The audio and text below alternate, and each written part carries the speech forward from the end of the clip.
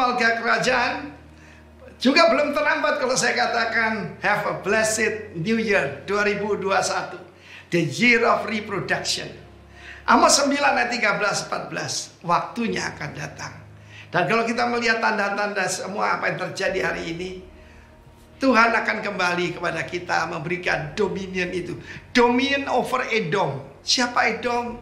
Saudara bisa mengertilah. Edom nama lain daripada bagaimana Esau menikahi putri daripada Ismail. Saudara tahu kira-kira siapa yang dimaksudkan dengan Edom. Dan Tuhan berkata, ku berikan kembali kuasa atas mereka. Pembajak akan tepat menyusul penuai. Dan kita lihat penabur daripada buah anggur akan juga menuai bersama-sama. Saudara yang kasih Tuhan, ada dua jenis tuaian harvest di Israel. Yang pertama sekitar Maret April, itu adalah gandum dan jelai. Dan kemudian pada waktu Oktober, sekitar Oktober, November itu adalah menuai anggur. Dan keduanya tidak akan pernah ketemu. Ya, tentu saja setelah menuai gandum jelai, menabur benih anggur. Tetapi akhir zaman ini akan ada percepatan, akan ada acceleration. Dan saya salah satu tandanya, apa yang terjadi secara jasmani terjadi juga secara rohani. Kita lihat kacaunya yaitu alam hari-hari ini. Di mana tidak ada hujan, ada hujan. Kota yang panas, tahu-tahu ada hujan batu, saudaraku.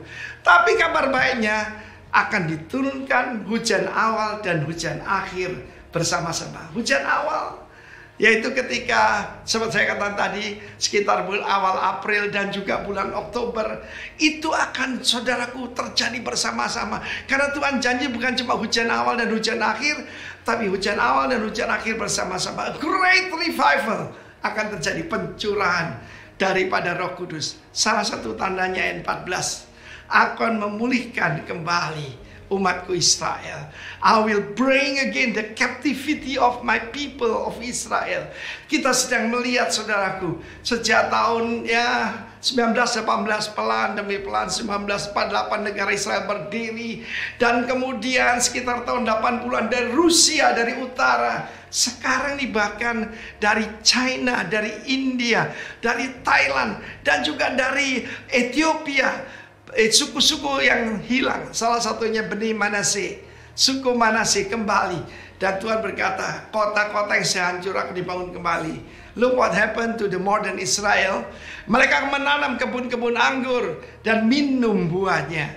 Saya percaya tahun-tahun ini adalah di mana umat Tuhan akan mengalami kasih mula-mula pada Tuhan. Wine selalu berbicara tentang pesta, dan wine juga berbicara tentang kasih. Kasih pada the heavenly bridegroom, Tuhan Yesus dicurahkan kepada kita sebagai tunangannya, sebagai gerejanya. Dan kemudian mereka membuat taman-taman dan makan buahnya. Selama ini mungkin orang lain yang menuai dari kita, tapi akan tiba saatnya di mana Tuhan berkata, you will plant gardens dan minum daripada buahnya. Saya usulkan baca kitab Kidung Agung. Di sana begitu banyak firman Tuhan akan menjadi nyata buat kita. Jadi jangan lupa ya, yang sudah hancur akan dibangun kembali. Yang kalah akan diberikan kembali kemenangan, dominion atas yaitu Edom, dan bahkan atas bangsa-bangsa lainnya. Yesus berkata, adalah milikku. Mintalah kepadaku bangsa-bangsa. Dari ujung-ujung bumi akan kuberikan kepadamu menjadi warisanmu. Sang Bapa berkata pada putra. Dan kita adalah bagian daripada sang putra itu. The Son of Heaven. God bless you warga kerajaan. Nikmati. Mentanam garden dan menikmati buahnya. Tuhan memberkati. Amin. Salam saudara, selamat pagi. Jumpa lagi di tahun yang baru, di minggu yang kedua ini. Masih di bawah tema The Year of Reproduction. Saya percaya ini tahun yang paling bergairah karena saudara dan saya dikasih potensi sama Tuhan untuk mengeluarkan semua yang terbaik yang kita dapat dari Tuhan, dari Roh Kudus, untuk melindungi hormat dan kemuliaan nama Tuhan. Di pagi hari ini kita akan bicara tentang bagaimana Tuhan memberikan pemeliharaan yang luar biasa, sehingga saudara dan saya terus merasakan, mengalami dan menikmati setiap kuasa yang datang daripada Tuhan. Nah, pagi hari ini secara khusus saya akan bicara tentang berbuat dan berpengaruh. Setiap saudara dan saya ketika kita masuk dalam musim yang disebut reproduction, maka ditentukan oleh bagaimana caranya saudara dan saya bisa berbuah dan berpengaruh untuk di sekitar kita. Oleh karena itu, sebelum kita mulai dengan khotbah pagi hari ini atau membaca dan merenungkan firman Tuhan, saya ajak saudara, mari sama-sama kita berdoa. Mari berdoa. Bapa, kami tahu Engkau Allah yang telah memimpin kami sampai masuk di tahun yang baru ini, dan kami bersyukur pula bahwa Tuhan berikan kepada kami kekuatan, kesegaran, Tuhan berikan kepada kami kemampuan untuk kami terus berjalan bersama Tuhan.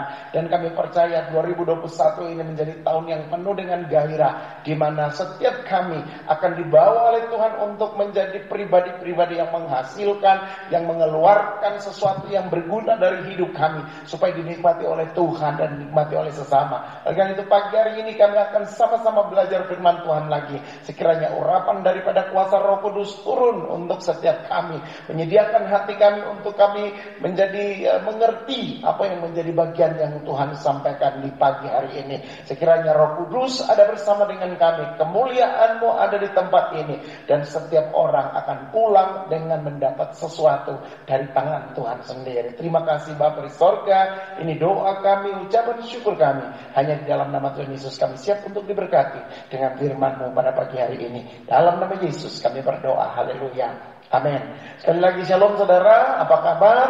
Di minggu kedua ini saya berharap sekalipun cuaca lagi mendung, hujan terus menerus, tetapi saya percaya bahwa saudara kuat di dalam Tuhan. Mari jaga kesehatanmu, apalagi di dalam masa pandemi seperti ini, COVID-19 merambat di mana-mana. Banyak orang yang terpapar, tapi saya percaya karena engkau percaya kepada Tuhan, Roh Kudus bersama denganmu, Allah memberikan perlindungan sehingga kita aman ada di dalam Tuhan.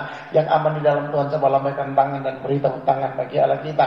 Haleluya. Pagi hari ini saya percaya bahwa kalau bicara tentang reproduction, ini bicara tentang sesuatu output yang mesti kita hasilkan dari kehidupan saya dan kehidupan saudara. Bicara tentang berbuah dan berpengaruh, maka saya mulai dengan ajak saudara buka Alkitab kita masing-masing dan kita perhatikan Filipi pasal 1. Bukan Filipi pasal 1 ayat yang pertama hingga ayat yang ke-22. Tapi saya secara khusus menggarisbawahi ayat yang ke-22 saja dari Filipi pasal 1. Demikian bunyi firman Tuhan. Tetapi jikalau aku harus hidup, ini adalah perkataan Paulus. Tetapi jikalau aku harus hidup di dunia ini, itu berarti bagiku bekerja dan memberi buah. Sekali lagi Paulus berkata, tetapi jika aku harus hidup di dunia ini, itu berarti bagiku bekerja untuk memberi buah. Dari Filipi pasal 1 ayat yang ke-22, maka kita melihat bahwa kehidupan yang menghasilkan buah itu adalah hal yang penting, atau saya mau bilang itu adalah tujuan.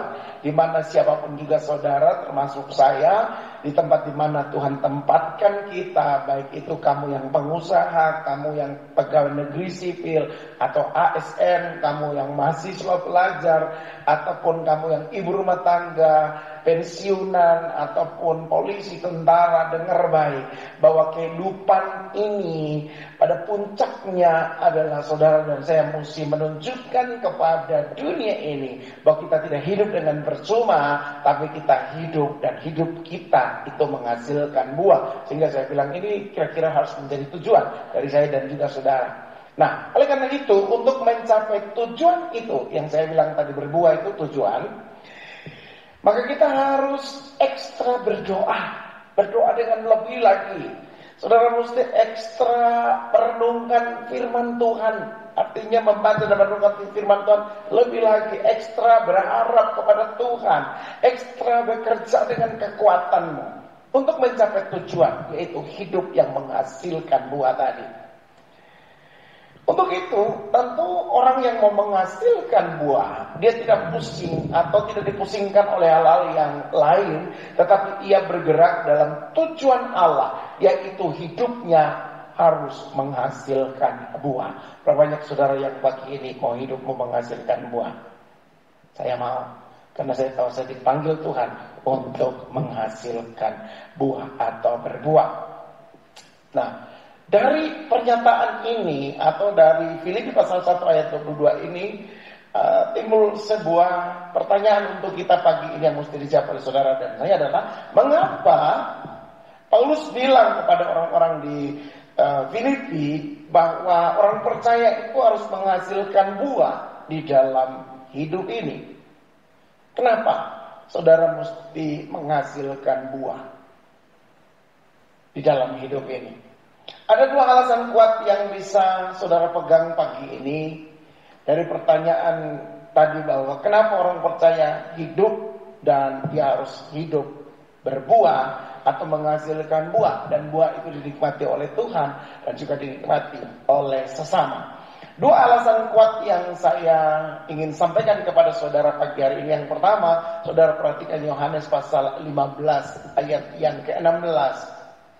Yohanes 15 ayat yang ke-16, Alkitab berkata begini, Tuhan yang memilih kita, menetapkan kita dan mengutus kita supaya kita pergi menghasilkan buah, dan buah yang kita hasilkan itu tinggal tetap. Sekali lagi, Tuhan yang memilih saudara dan saya, Dia yang menetapkan kita, Dia yang mengutus kita supaya kita pergi dan menghasilkan buah, dan buah itu tinggal tetap. Nah, kalau kita perhatikan Yohanes pasal 15 ayat yang ke-16, alasan yang pertama adalah bahwa kenapa kita mesti jadi orang percaya yang berbuah? Karena menghasilkan buah itu adalah mandat Tuhan bagi saudara dan saya. Mandat atau tugas Tuhan yang Tuhan kasih kepada saudara. Artinya dimanapun saudara berada, dimana saudara berkecimpung, apapun yang kamu lakukan tiap-tiap hari, yang Tuhan mau Dia taruh mandat dalam hidup saudara dan saya adalah supaya saudara berbuah, adalah supaya saya berbuah. Nah, sebagai suatu tugas, maka saya mau bilang begini, jika tidak dilakukan, maka ada konsekuensinya.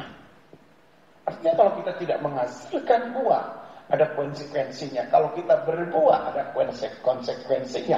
Nah, coba perhatikan Matius 3 ayat 10. Matius 3 ayat 10 bilang begini, kapak sudah tersedia pada akar pohon, dan setiap pohon yang tidak menghasilkan buah yang baik pasti ditebang dan dibuang orang ke dalam api. Matius 3 ayat 10. Ini adalah konsekuensi dari kehidupan yang tidak berbuah. Alkitab bilang begini, kapak sudah tersedia di akar pohon. Artinya, saya mau bilang begini, sebuah ancaman bagi kehidupan orang yang tidak menghasilkan buah. Kapak itu sudah tersedia pada akar pohon, dan setiap pohon yang tidak menghasilkan buah yang baik, Alkitab bilang, pasti akan ditebang dan dibuang ke dalam api.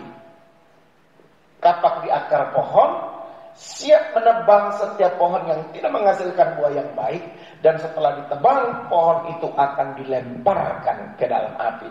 Jadi Yohanes 15 ayat 16 memberikan sebuah alasan kuat kenapa kita mesti berbuah. Karena hidup yang menghasilkan buah itu adalah mandat Tuhan. Nah, karena ini mandat Tuhan, maka saudara dan saya sebagai mandatarisnya Tuhan, pelaksana daripada mandatnya Tuhan, maka mau tidak mau, suka tidak suka, saudara dan saya harus menghasilkan buah. Konsekuensinya jika kita tidak menghasilkan buah, Alkitab bilang di dalam Matius 3 ayat 10, kapak di akar pohon. Ketika pohon yang tidak berbuah dengan baik, maka dia akan ditebang, kemudian dibuang ke dalam api. Akhir kehidupan kita dalam api, saudara. Oleh karena itu, ini alasan yang pertama yang cukup kuat untuk mengatakan kenapa saudara dan saya harus berbuah. Selanjutnya kita lihat alasan yang kedua.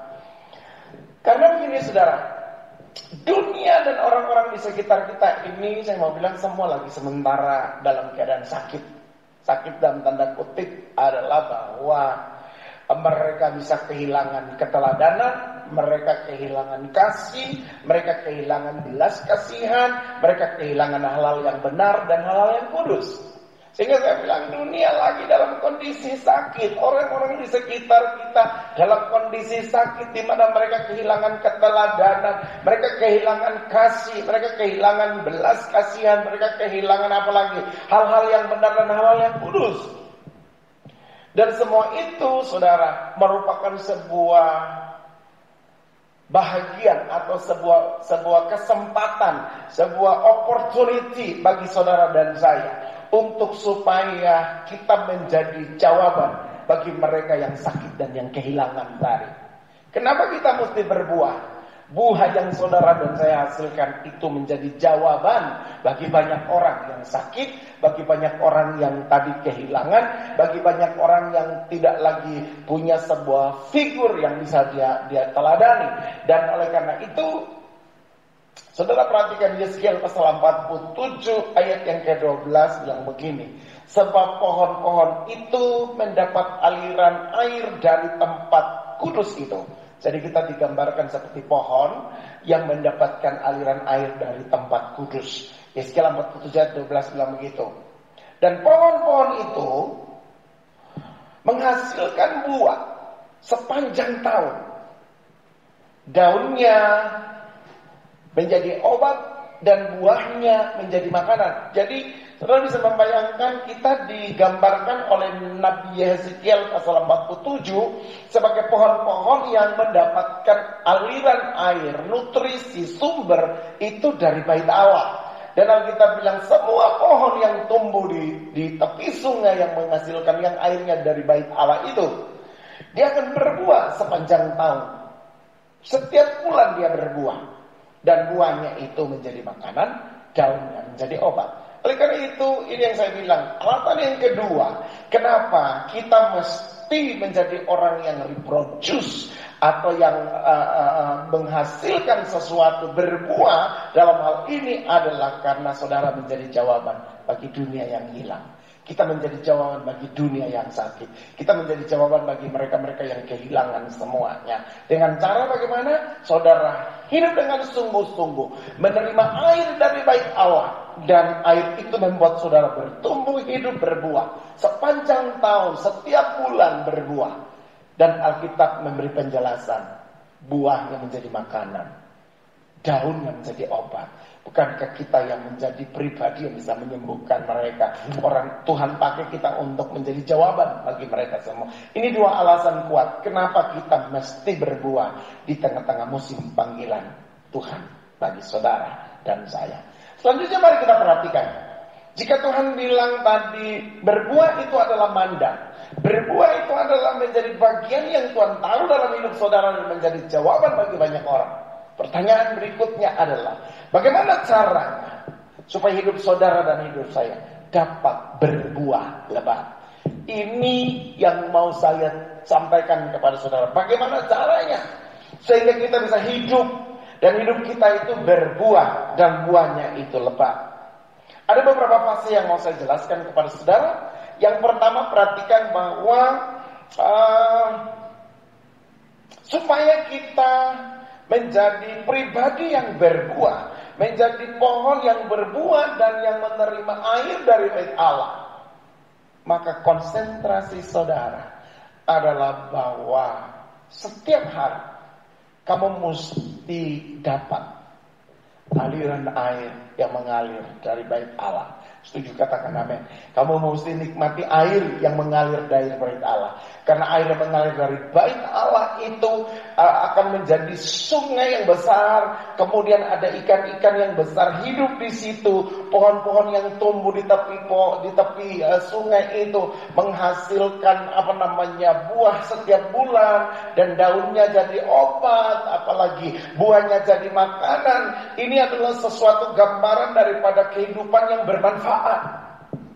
Kehidupan umat Tuhan, gereja Tuhan yang bermanfaat bagi sesama, terutama bagi Tuhan. Dan caranya adalah kamu mesti pastikan aliran air yang mengalir dari bait Allah itu jangan sampai berhenti atau stop. Setuju, katakan amin. Jangan sampai air yang mengalir itu tidak sampai dalam kehidupan kita dan kita tidak mengalami pertumbuhan. Kita tidak bisa memproduksi sesuatu dari hidup kita karena kita kering, kita kerontan. Kita tidak mengalami, tidak mendapatkan sesuatu yang dari Tuhan. Karena itu di minggu kedua ini saya mau pastikan bahwa kalau engkau mau supaya hidupmu berguna, bermanfaat, membawa pengaruh bagi setiap orang yang ada di sekitarmu, pastikan engkau punya koneksi yang luar biasa dengan surga, dengan bait Allah. Engkau punya sebuah hubungan yang sangat luar biasa dengan Tuhan, sehingga dari kehidupanmu itu tiap bulan engkau menghasilkan buah. Tiap waktu engkau menerima curahan kuasa dari surga untuk membuat engkau dan saya menjadi pribadi yang menghasilkan sesuatu. Oleh karena itu, apa yang mesti dilakukan dalam fase pertama? 1 Petrus pasal 1 ayat 18-19 dan juga 1 Petrus pasal 2 ayat yang pertama itu menjelaskan kepada kita begini. Supaya engkau bisa berbuah lebat, maka yang pertama yang Tuhan mau lakukan adalah dia men-cut off, menanggalkan, memotong, memangkas beberapa hal yang adalah kehidupan lama kita. Membuang semua kehidupan lama, menanggalkan kehidupan lama kita dan mengenakan yang baru. Oleh karena itu, menanggalkan kehidupan yang lama ini berbicara tentang kerelaan untuk kita dibersihkan oleh firman Tuhan. Kerelaan supaya ranting-ranting yang tidak pada tempatnya itu dipangkas habis sama Tuhan, supaya tinggal ranting yang sejati yang akan mengeluarkan buah yang lebat. Oleh karena 1 Petrus 1 ayat 18-19 dan 1 Petrus 2 ayat 1 mengatakan bahwa tanggalkan kehidupan lama kita. Kalau kita mau jadi kehidupan yang berbuah, setelah kita mendapat air dari bait Allah, maka yang pertama yang harus kau lakukan adalah tanggalkan kehidupan lama. Karena itu buanglah segala kejahatan, segala tipu muslihat dan segala macam kemunafikan, kedengkian dan juga fitnah. Bahkan Matius 3 ayat yang ke-8 berkata begini. Jadi hasilkanlah buah yang sesuai dengan pertobatan. Hasilkanlah buah sesuai dengan pertobatan saudara. Hasilkan buah sesuai dengan apa yang kau terima dari Tuhan karena kamu tanggalkan manusia lamamu. Matius 3 ayat 8 berkata, jadi hasilkanlah buah yang sesuai dengan pertobatanmu. Ayat ini saudara menyatakan bahwa pertobatan mendahului buah yang dihasilkan. Kalau kita mau melihat pohon itu buahnya baik, maka kita mesti kenali pohonnya. Di mana dia tumbuh, apa yang menjadi nutrisi yang dia makan tiap hari, itu akan lihat buah yang dihasilkan. Artinya bahwa menanggalkan kehidupan lama, kemudian mengenakan manusia baru dan hidup di dalam kebenaran, itulah yang akan membuat saudara dan saya berbuah. Oleh karena Matius 3 ayat 8 dia berkata, hasilkanlah buah yang sesuai dengan pertobatanmu. Kemudian yang kedua, fase yang kedua ini adalah bahwa saudara mesti menyadari bahwa pertumbuhan yang sehat itulah yang akan membuat kita bisa menghasilkan buah yang lebat. Jadi pertumbuhan yang sehat, untuk supaya dia menjadi bertumbuh dengan sehat, maka diperlukan yang namanya pemeliharaan. Kita butuh tangan Tuhan memelihara kita. Kita juga sendiri mesti membangun diri kita, mengencourage diri kita untuk kita sungguh-sungguh menjadi sehat secara rohani seperti yang Tuhan inginkan. Jadi menyadari bahwa pertumbuhan yang sehat itu akan dapat membuat saudara dan saya menghasilkan buah. Seperti yang dikatakan di dalam 1 Petrus pasal 2 ayat 2 dan ayat yang ketiga. Dan jadilah sama seperti bayi yang baru lahir, yang selalu ingin akan air susu yang murni dan yang rohani, supaya olehnya kamu bertumbuh dan beroleh keselamatan atau berbuah. Nah, Jadi sama seperti bayi yang baru lahir, Alkitab bilang 1 Petrus 2 ayat 2 dan 3, selalu mengingini air susu yang murni dan yang rohani, supaya olehnya kamu bertumbuh dan memperoleh keselamatan. Artinya bahwa kita harus memperhatikan pertumbuhan rohani kita secara baik.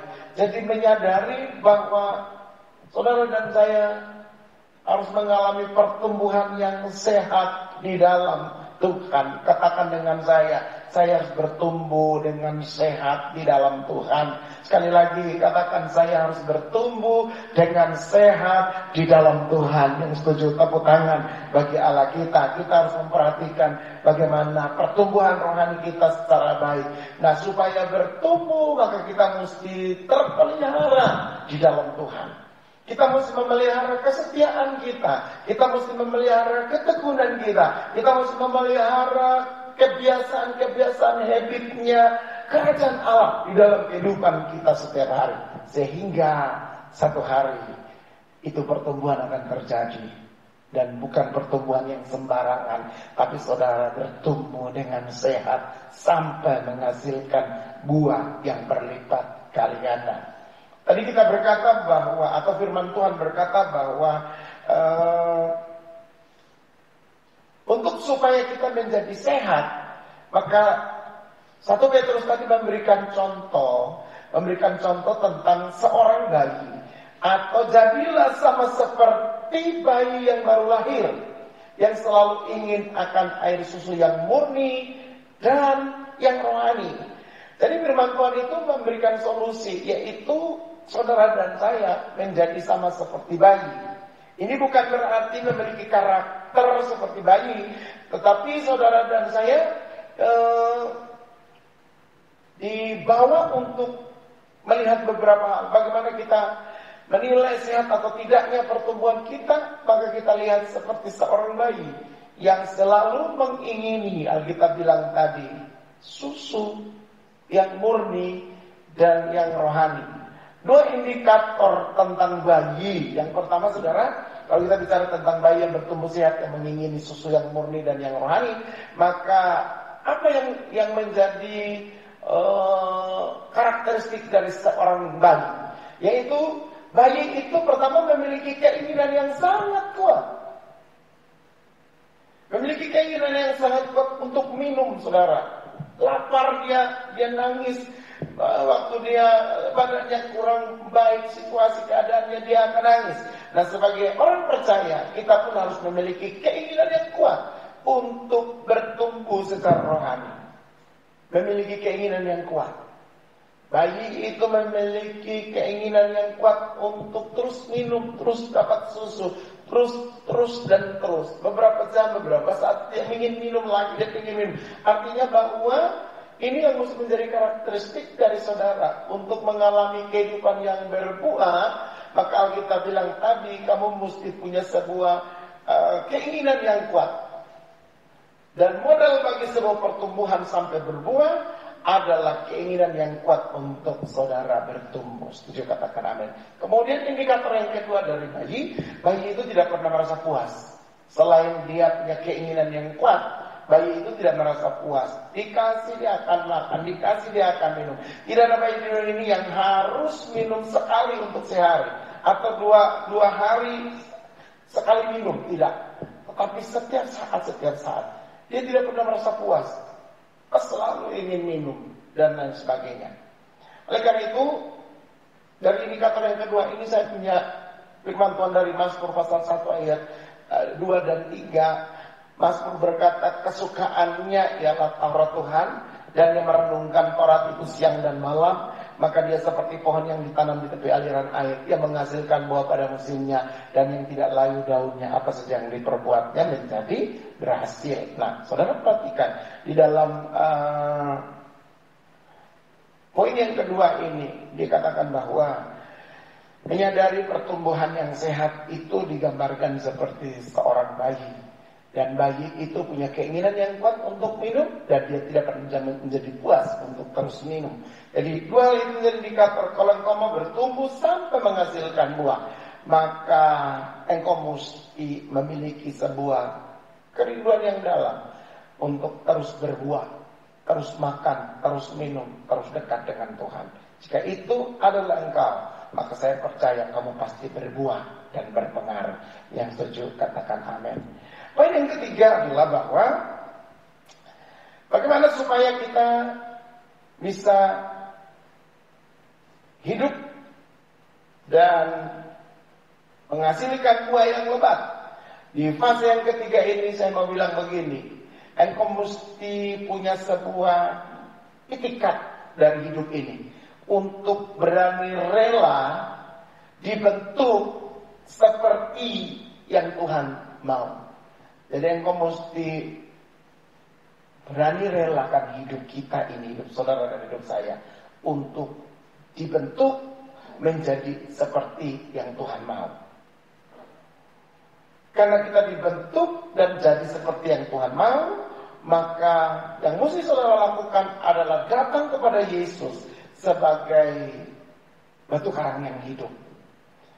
Datang kepada Yesus dengan kata lain, kita harus tetap tinggal di dalam Dia dan Dia di dalam kita. Sebab di luar Yesus kita tidak dapat menghasilkan buah apa-apa.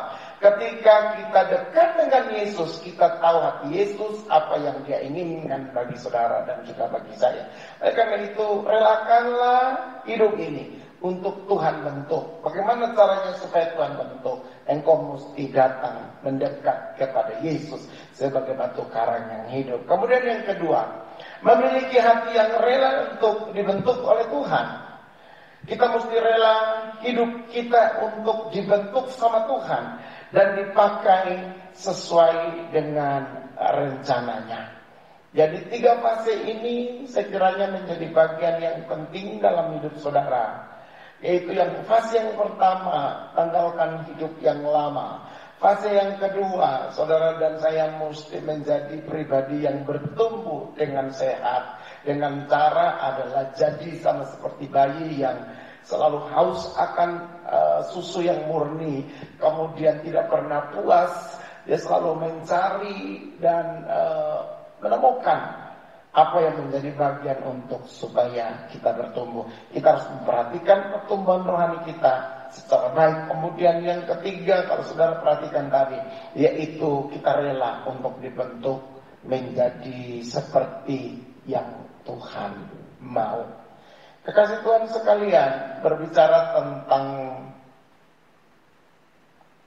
berbuah dan berpengaruh, maka yang pertama yang mesti ada dalam hidup saudara dan saya, pastikan engkau dan saya tertanam di tempat yang tepat.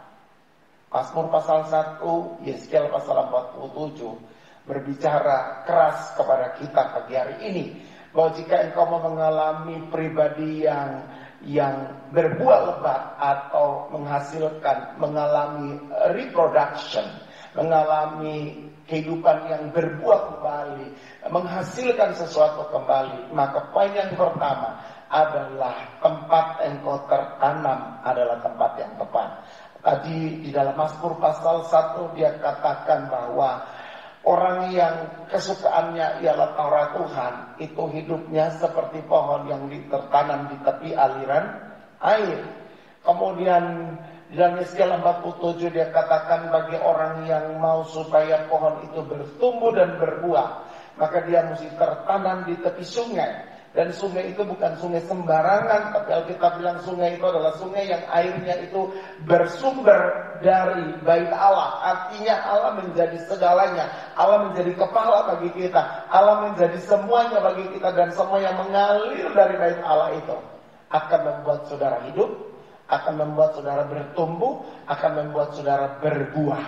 Bahkan buah itu adalah buah yang bermanfaat, baik itu bagi orang yang lapar, karena dia bilang buahnya menjadi makanan, terutama bagi mereka yang sakit, karena daunnya menjadi obat. Nah, Yeskiel pasal 48 ini memberikan kepada kita sebuah rekomen yang luar biasa, bahwa orang yang hidupnya itu bersumber pada Allah, dia menjadi jawaban bagi dunia ini.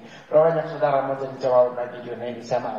Kalau kita mau jadi jawaban bagi dunia ini, pastikan engkau terkoneksi langsung dengan baik Allah. Terkoneksi langsung dengan tempat di mana Allah hadir. Terkoneksi langsung dengan tempat di mana Allah berdaulat penuh. Dan Alkitab di dalam Yeskiel tadi tidak salah. Dia bilang di sungai yang mengalir dari baik Allah itu ada banyak ikan-ikan besar di sana, hidup dan berkeriapan di sana. Anda bisa membayangkan itu. Kemudian pohon-pohon itu bertumbuh dengan subur di sana sampai menghasilkan buah. Itu gambaran kehidupan saudara dan juga kehidupan saya. Selanjutnya, setelah saudara tahu bahwa tempat yang saudara dan saya pilih untuk tertanam itu adalah tempat yang menghasilkan, tempat yang bermata air, tempat yang sumbernya dari baik Allah, maka yang kedua, Alkitab bilang, engkau mesti punya sebuah kerinduan yang dalam untuk terus mencari Tuhan. Seperti bayi yang rindu akan susu yang murni, demikian kerinduan hati saudara kepada Tuhan. Yang setuju tepuk tangan bagi Allah kita. Demikian kerinduan saudara kepada Allah kita. Kalau kita haus, kita lapar, kita rindu Tuhan. Orang yang rindu Tuhan di awal musim 2021 ini, dengar baik, saya percaya Tuhan akan datang untuk membela saudara. Tuhan akan datang untuk memenuhi segala keperluan kebutuhan saudara. Tuhan akan menjadi Allah yang membela saudara dalam segala situasi dan kondisi. Hari-hari ini ada banyak orang yang takut, ada banyak orang yang tidak memahami apa yang terjadi dengan hidup ini. Mereka gelisah, mereka takut COVID berkembang dengan begitu luar biasa. Tetapi bagi orang yang tahu bahwa Tuhan adalah Allah bagi dia, Tuhan adalah sumber bagi dia, Tuhan adalah segala-galanya, dengar baik. Ketika engkau datang dengan kerinduan kepada dia, seperti bayi yang merindukan susu yang murni, maka engkau akan bertumbuh. Terus bertumbuh, terus bertumbuh, sampai engkau menghasilkan buah.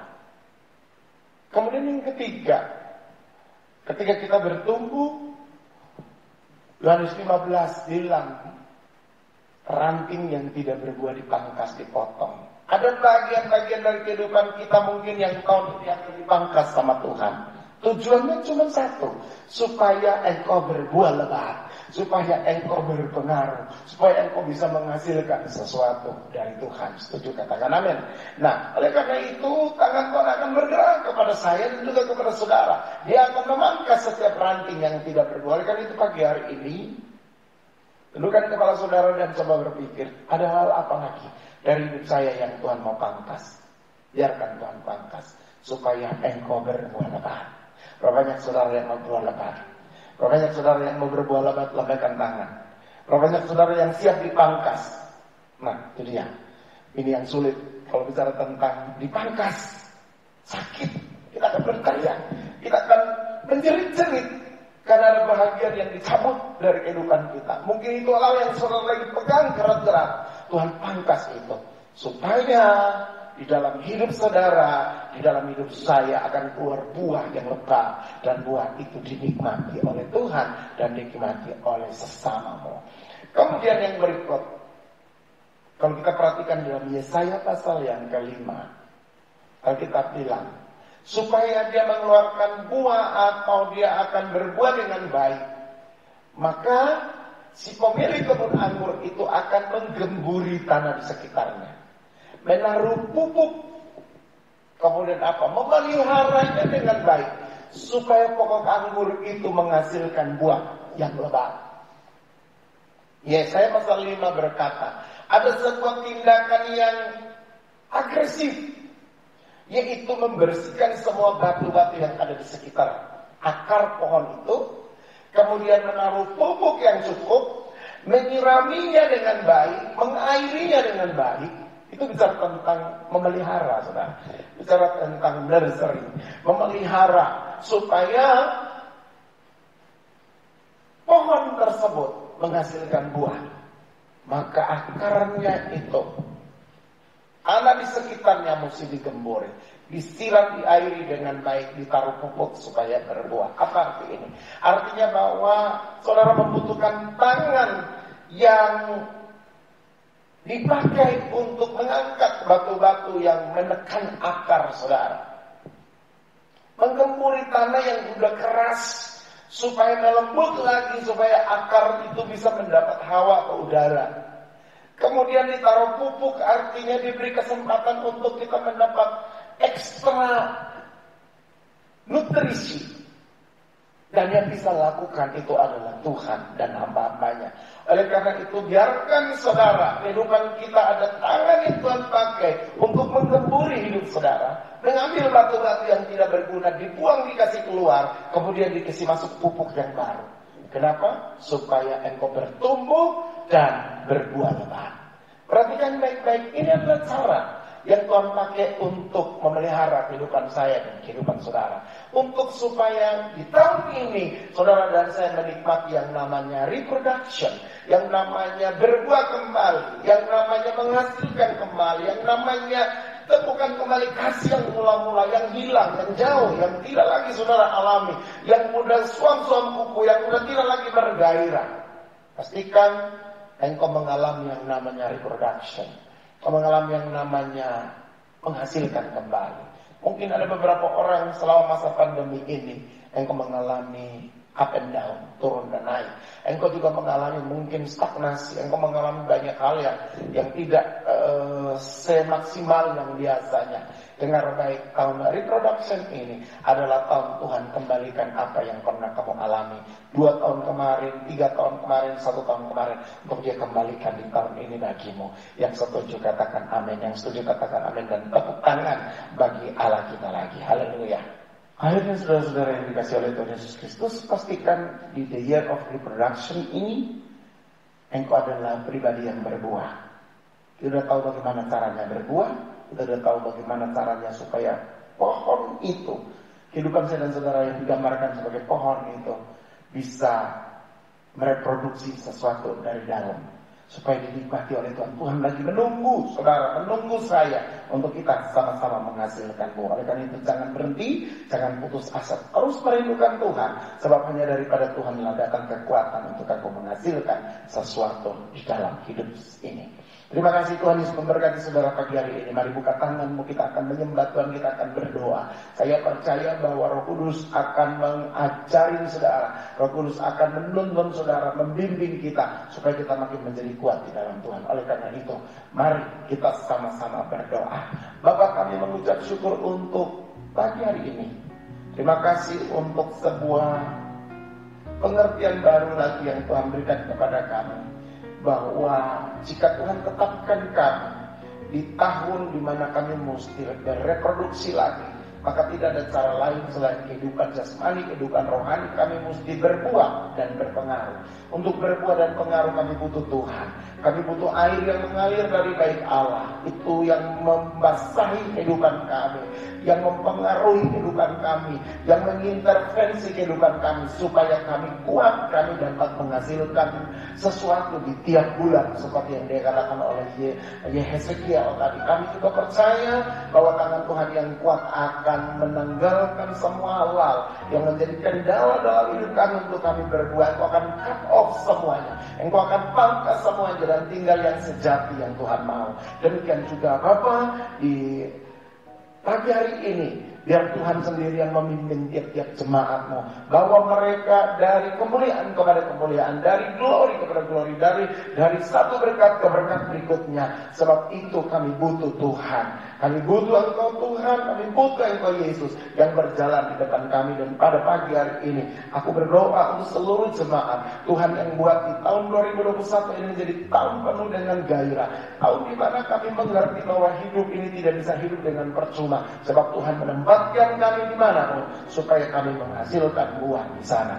Oleh karena itu mari berkati kami, pakai kami, jadikan kami Allah di dalam tangan-Mu, dan biar semua yang sebentar dikerjakan, semua yang lagi didoakan, digumulkan, itu akan menjadi kenyataan di dalam kehidupan kami masing-masing. Terima kasih Bapa di sorga, terima kasih Tuhan Yesus untuk firman-Mu di pagi hari ini. Sekarang jemaat Tuhan, mari buka tangan saudara, kita akan segera selesai dengan ibadah ini. Kita akan pulang ke dalam kehidupan beban rumah tangga, pekerjaan bisnis, ataupun kesibukan apapun, dengan saudara membawa berkat Tuhan pagi ini, yaitu berkat Abraham, Ishak, dan Yakub, berkat yang tercurah atas engkau senantiasa, tidak akan pernah berhenti dari sekarang sampai selama-lamanya. Oleh karena itu, biarkan pada pagi hari ini anugerah kasih dan sayang yang berasal dari Bapa di sorga, penyertaan oleh kuasa Yesus Kristus Tuhan, bahkan persekutuan di dalam Roh Kudus akan tinggal tetap menyertai dan menolong saudara dan menolong saya, mulai dari pagi hari ini sampai selama-lamanya hingga hari Maranatha.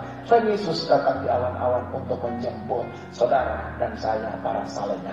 Berkat terbaik ini terimalah bersama-sama, hanya di dalam nama Bapa, Putra, dan Roh Kudus, di dalam nama Tuhan Yesus Kristus. Yang percaya dan diberkati Tuhan, sama-sama kita katakan amin. Tuhan Yesus memberkati.